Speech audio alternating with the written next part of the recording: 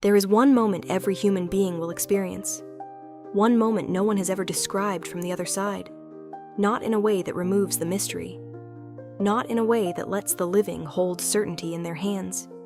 It is the smallest possible edge and the largest threshold in existence, the instant when life is still here, and then suddenly no longer here in the way we have always known it.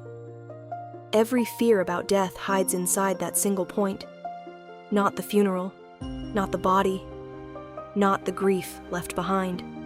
The moment itself, the crossing, the final beat before silence or before something else. Human beings can imagine death from the outside. We can watch it, study it, fear it, postpone it, turn it into religion, philosophy, medicine, and myth. But the exact second of transition remains untouched by proof. It waits for every one of us in total secrecy, and that is why it terrifies us. Because one day, all of existence will narrow into a single moment no one can rehearse, delay, or fully understand until it is already happening. Clinically, the body begins shutting down with unsettling speed. The heart stops. Blood flow drops. Oxygen no longer reaches the brain in the way it needs to. Within seconds, awareness begins to collapse. Some estimates suggest it takes only around 6 seconds for the brain to lose consciousness after the heart stops beating. 6 seconds. That is all. A number so small it feels almost insulting compared to the scale of the mystery. A life full of memory, language, identity, pain, love, fear, and unfinished thoughts. And then, in less time than it takes to ask a question, the system begins to fade. But clinical language only describes the body from the outside. It tells us what the monitor shows. It tells us what cells are losing. It does not tell us what the person experiences as the lights go out. Medicine can measure the edge. It can count the seconds. It can describe the failure of organs with frightening precision. But it still cannot fully describe the interior of crossing it. And that gap between observable death and lived death is where the real terror begins. But something strange happens in those 6 seconds, or at least that is what many stories suggest. Heaven appears not as proof, but as possibility. A figure standing in light, looking down as if the distance between life and whatever comes next is smaller than we imagined. Again and again, people who hovered near death describe the first instant not as blank extinction, but as transition. A shift in atmosphere, a release from the body, a sudden clarity, a change so immediate that the room, the pain, the panic, and even time itself begin to feel far away.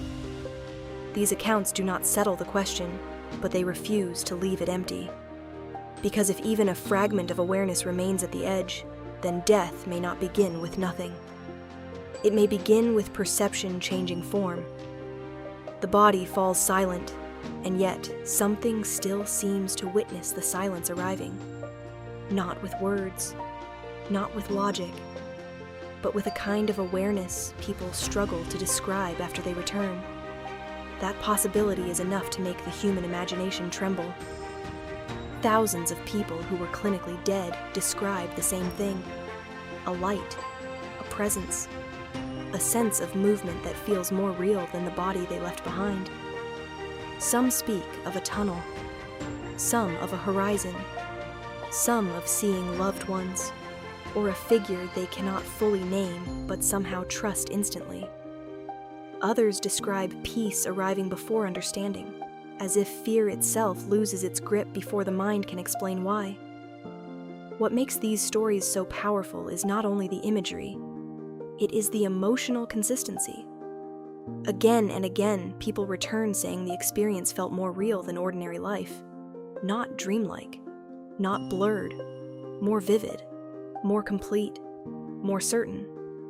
They struggle to find words because language belongs to the living world, and whatever happened in that moment seemed to exceed it. Some say time disappeared. Others say they understood things all at once without needing language at all. Of course, testimony is not proof, but repetition matters. And repetition is what keeps this mystery alive in both religion and medicine. Religion, or maybe it is only the brain releasing its final chemistry. Hell enters here with the coldest interpretation. a beautiful hallucination before the silence. A dying system firing in patterns intense enough to create light, presence, peace, motion, even transcendence.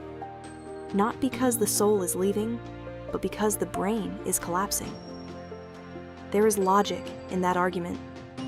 The brain under extreme stress can do extraordinary things. It can distort time, intensify perception, fragment identity, and build internally coherent worlds out of biological crisis. Perhaps the tunnel is chemical. Perhaps the peace is neurological.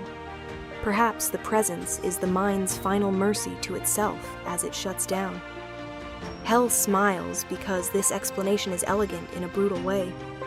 It allows mystery to remain inside matter. It removes the need for heaven while preserving the experience. And yet, even that explanation leaves something unresolved. Why does a dying brain so often produce meaning instead of chaos? Why beauty instead of static? Why presence instead of emptiness? Why do so many accounts feel structured, almost guided, instead of random and broken?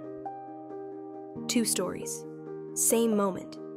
That is what makes death such a perfect spiritual fracture. On one side, light, presence, continuation, and the possibility that consciousness does not end when the heart does. On the other, chemistry, misfiring neurons, collapsing systems, and the terrible beauty of a brain trying to soften its own extinction. Which story feels true may depend less on what can be proven, and more on what the viewer already believes about mind, soul, and reality itself. The split is not only scientific versus religious, it is existential. One interpretation says death reveals a hidden world. The other says death reveals the final power of the physical one. The same 6 seconds become either threshold or illusion, and perhaps that is why people cannot stop returning to the question. Because the moment of death does not only test belief about what happens next, it tests belief about what consciousness has always been, and whether the self is deeper than the body that carries it. But here is what nobody tells you. The people who came back did not come back the same. This may be the most unsettling detail of all. Not the light, not the tunnel, not the question of whether the experience was spiritual or neurological. The transformation. Again and again, those who return speak less about what they saw than about what changed. They stopped being afraid, not of death, of anything. The priorities that once ruled them begin to fall apart. Status becomes thinner. Vanity becomes weaker. Fear loses authority. Some become gentler. Some become less attached to material life. Some struggle because what they experienced felt more real than the life they returned to. That change does not prove the afterlife, but it does suggest that whatever happened in those seconds reached deeper than a passing hallucination usually does. Experiences fade, but encounters that rewrite fear itself are harder to dismiss.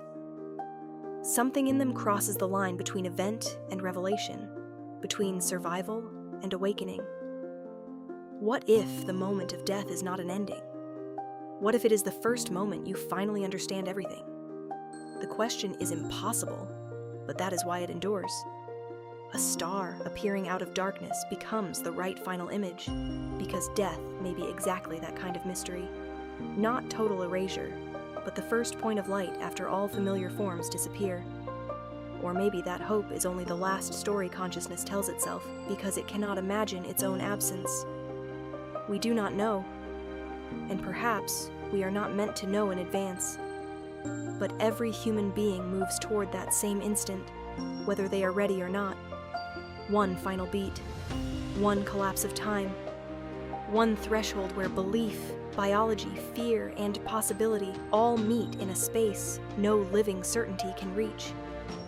Maybe death closes everything.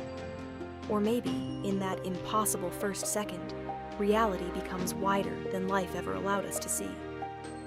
And maybe the reason this question never stops haunting us is because something in us suspects that death is not only about losing the world, but about meeting a truth too large to fit inside it. See you in the next video, where the questions only get darker.